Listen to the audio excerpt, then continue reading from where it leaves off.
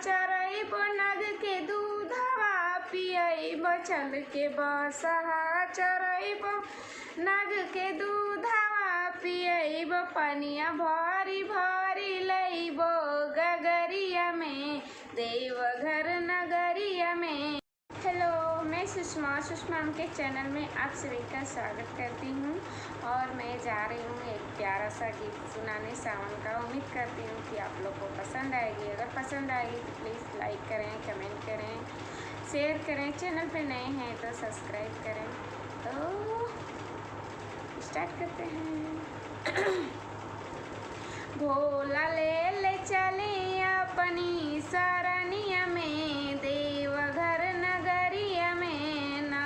भोला ले चली अपनी सरनिया में देवघर नगरिया में ना। नगरिया में ना, नगरिया में ना। भोला ले चली अपनी सरनिया में देवघर नगरिया में ना। भोला ले चली अपनी सरनिया में देवघर नगरिया में ना। चल के बसहा चरइब नग के दूधवा पियइब चल के बसहा चरइब नग के दूधवा पियइब पनिया भरी भरी लइब गगरिया में देवघर नगरिया में ना।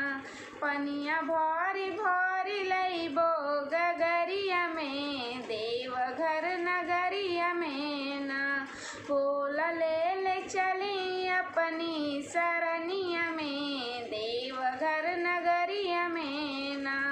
भोला ले चली अपनी सरनिया में देवघर नगरिया में ना।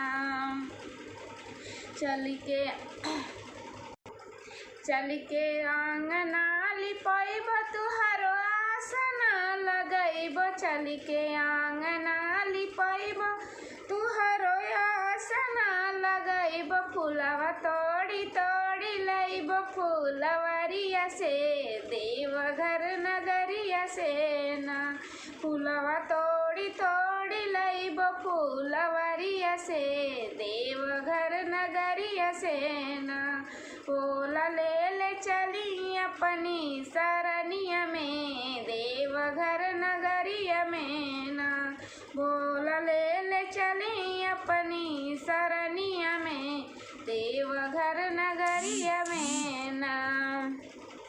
भंगिया चुनी चुनी लियाइब तुहा के पीस के पियाइब भंगिया चुनी चुनी लियाइब पीस के तुहा के पियाइब।